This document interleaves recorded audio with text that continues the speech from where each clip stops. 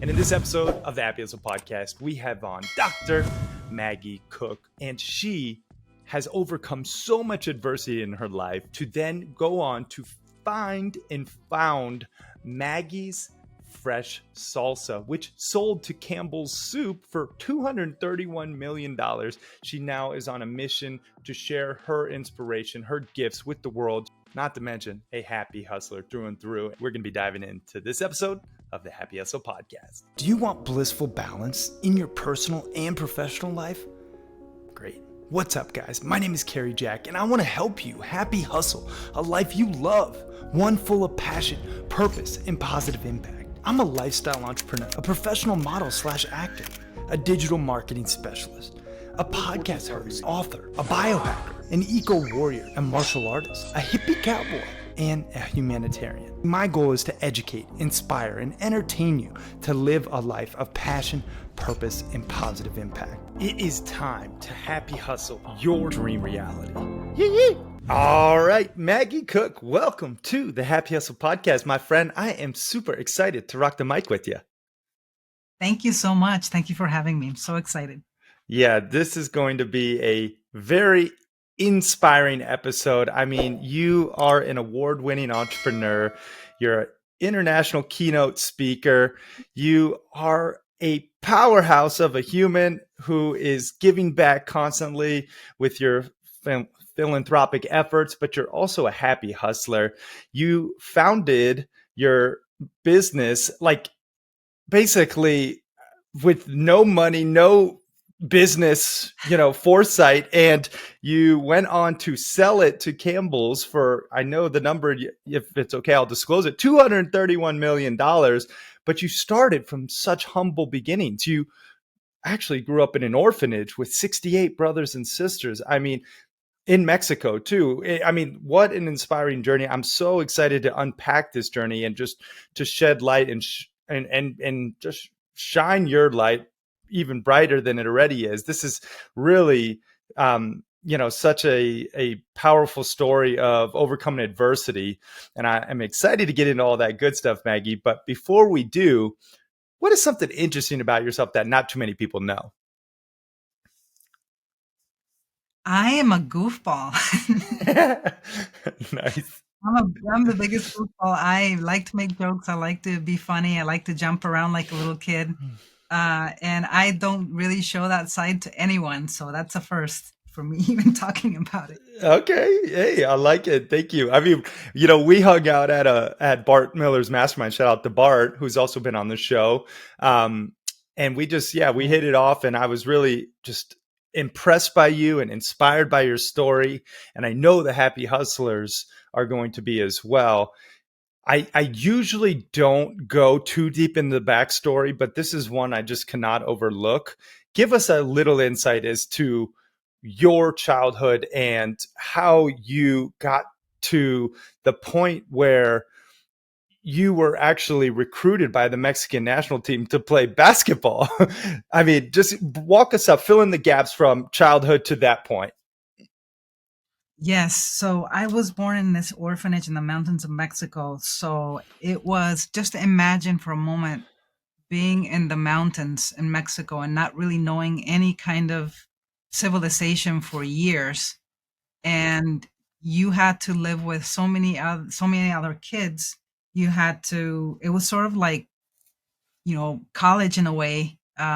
The way that we had to be so militarized and organized to even cook our foods, wash our clothes, do everything. And with that came a lot of unfortunate things because we only had two caregivers, which were my parents, and two people couldn't really watch or take care of 68 kids that were adopted, or much less 200 other kids that lived in the same household.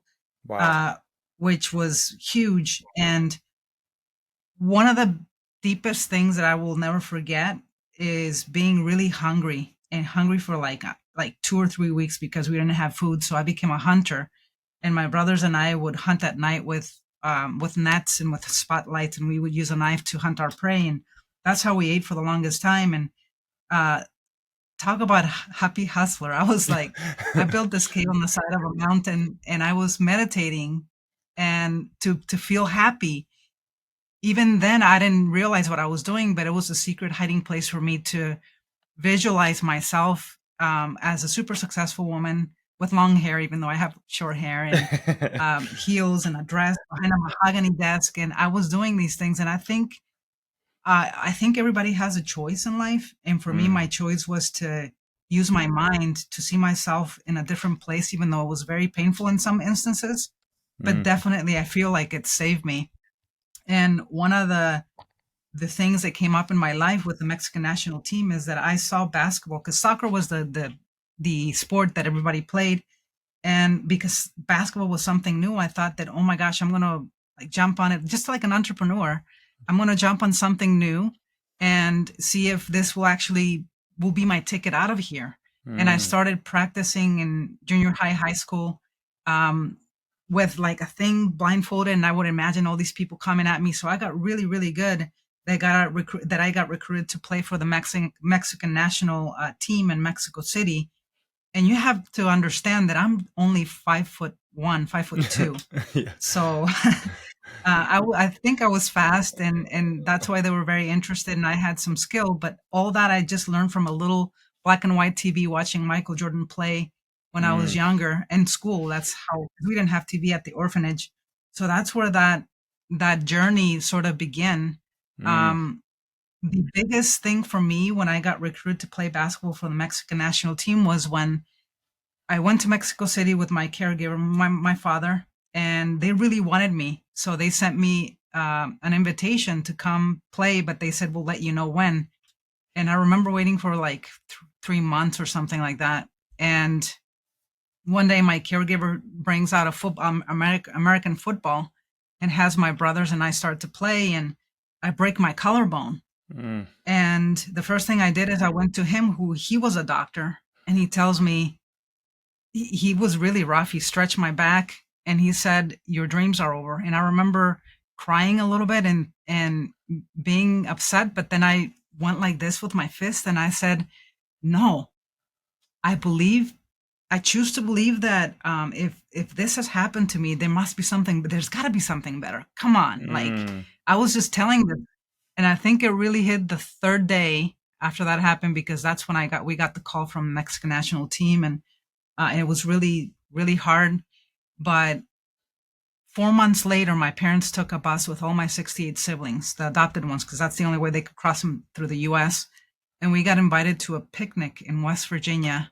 And they did that to raise funds for the orphanage. And we came to that picnic. There was a basketball court, and I started to play. And there happened to be the coach of the University of Charleston, and she saw me play. And she told my father I want her to come play for me in a scholarship. And this is one of the reasons why I'm here today. But the thing that I want to point out is that if I would have believed my caregiver, who was also a doctor, and not played that day, Mm. I would still probably be in Mexico. But Yep. I really believe that it's choices that define us. And it's Mhm. also mindset and intuition. Like, if you really truly love what you do and aspire to be somebody, don't let anything stop you. Even a doctor that tells you, right, that it's over. Yeah. You have a power within you that's so much bigger than than you think. And I think we all have that responsibility to uplift our lives so that we can be something bigger than ourselves, that in turn really help make an impact in this world. Ugh, so well said. And I mean, what an inspiring journey. Like, I can only imagine, what you have seen and been through. And, I've spent time in Mexico, in Colombia, in Thailand, and Brazil, and some of these favelas. And, I've volunteered at orphanages. I can only imagine like that being the constant day to day, and what that actually will do. It could be a positive as you made it, or a complete negative in your life. Like, you made that choice, as you said, to overcome that adversity. But I don't think a lot of people actually do choose to overcome. Mhm. They succumb to their circumstances. And I'd like to just pause and reflect there. When you are faced with adversity, What is your mindset? Because you've faced more adversity than probably most humans will ever face. What is your Mhm, mindset when adversity does strike, and how do you recommend overcoming it? mhm. When adversity strikes, I'm thankful and grateful for it, Mm, and I ask my question, what does this situation have to teach me? Because I really believe that the greater the adversity, the greater the transformation into becoming something bigger than yeah. yourself. Yeah. Yeah, that's so well said. I mean, it's like it's happening for you, not to you. I know that's like a complete paradigm shift. If you can just, okay, this is happening for me. I have to see the silver lining. And oftentimes it's very difficult in the moment to see the silver lining. Like, Yes. you had your Oh, cave and you yes. escaped to it and you meditated and you Yes. found, Mhm. happiness in a different way, but it's oftentimes difficult. I just think it's such a powerful reminder though to really understand that this adversity will ultimately make you stronger and it's a part of your journey. Wow. So Yes. in terms of you getting the scholarship and you playing, college basketball in the United States, how'd you get into the salsa business? Let's hear this part, because this is really when you started your entrepreneurial journey, and I'd love to get there because I know a lot of the happy hustlers out there are entrepreneurs and aspiring entrepreneurs. I mean, you started with nothing. You just, tell the story about this. Yes. So I went to college in the US when I got a scholarship. And when I was in college, I started making this fresh salsa, and all my friends loved it. And then they told my teachers, and my teachers would ask me to bring it to class. So it became very popular. And but when I graduated college, I couldn't find a job because in West Virginia they were only at like one or two firms that were interior design firms, and that was my degree. And I couldn't find a job, so I became homeless. And I remember living out of my station wagon, and then the engine blew up. So then took my stuff, and I was living in the forest or in the streets until somebody found me from the university. Her name was Donna, and they gave me a place to stay. But I think in those moments of feeling like in the street were the biggest, most precious moments to connecting to that higher power that we have, like God, the Hmm. universe, whatever you want to call it, because it made me have a feeling that, gosh, I actually feel free. Like I have nothing to worry about. I still have my ramen noodles, my couple cents. I was eating, and back then they were very cheap. And I was thinking I have nothing to worry about. And I think when I started letting go is when everything started happening for me. Hmm. And I got a place to stay. My friends entered me into a salsa contest that I had no idea until I got a call. So I went to perform this contest with other American people there. Um, all of them brought like a Tostitos type of like cooked salsa. I brought a fresh pico de gallo salsa, which nobody knew about. Hmm. And I won the entire contest by unanimous vote. And that was my aha moment. And I thought maybe this is something that I should pursue. And Hmm. at that time, somebody gifted me $800 to start this salsa. And I made a decision and a commitment to really research if this was going to work or not.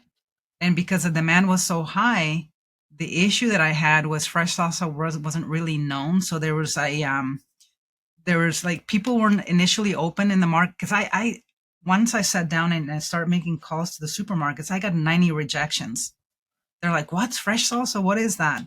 And I really understood I mean, I will be very honest.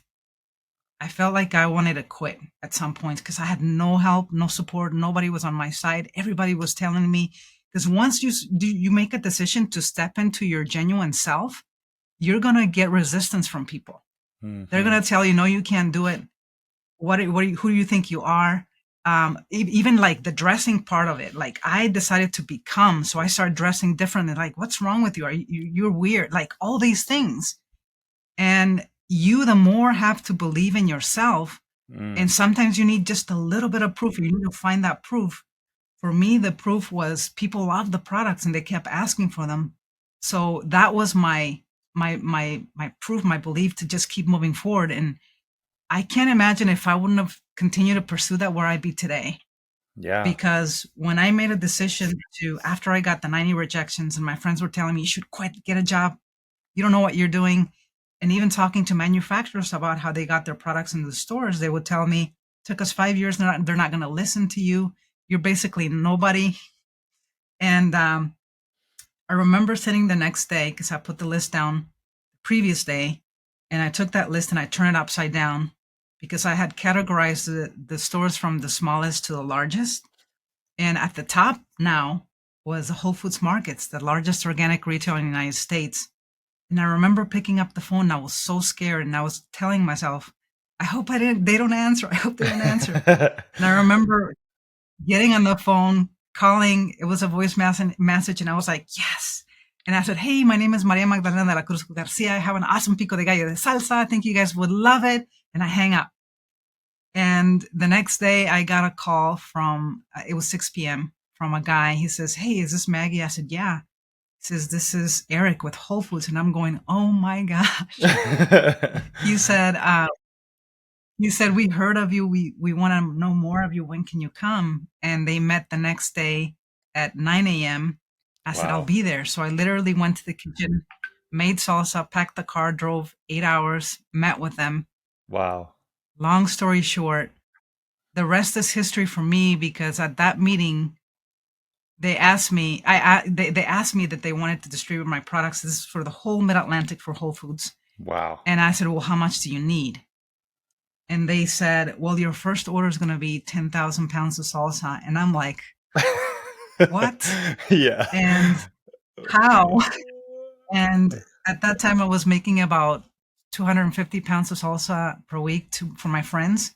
That was just 1 week supply of salsa for Whole Foods. And that Oh, year, we went from making $12,000 a year to $1.9 million just with Whole Foods because I wow. had the courage to follow my intuition and keep pushing forward no matter what. Oh, But I tell you one thing, yeah. it all comes down to why. Mm, If you don't have a strong enough why, you won't have the fire, the passion to jump in on board into your own mission that you want to fulfill. It has to be mm-hmm, so strong. It has to be internal, not mm-hmm, external. The stronger it is, if you have that strong enough why, you can deal with any what. mm. Yeah. Powerful. Any I what, mean, no matter. that's the truth though. Your why is your fuel to your fire. I mean, and you will inevitably face adversity, but your why will be able to hopefully supersede it if it's strong enough, right? And I know Yes.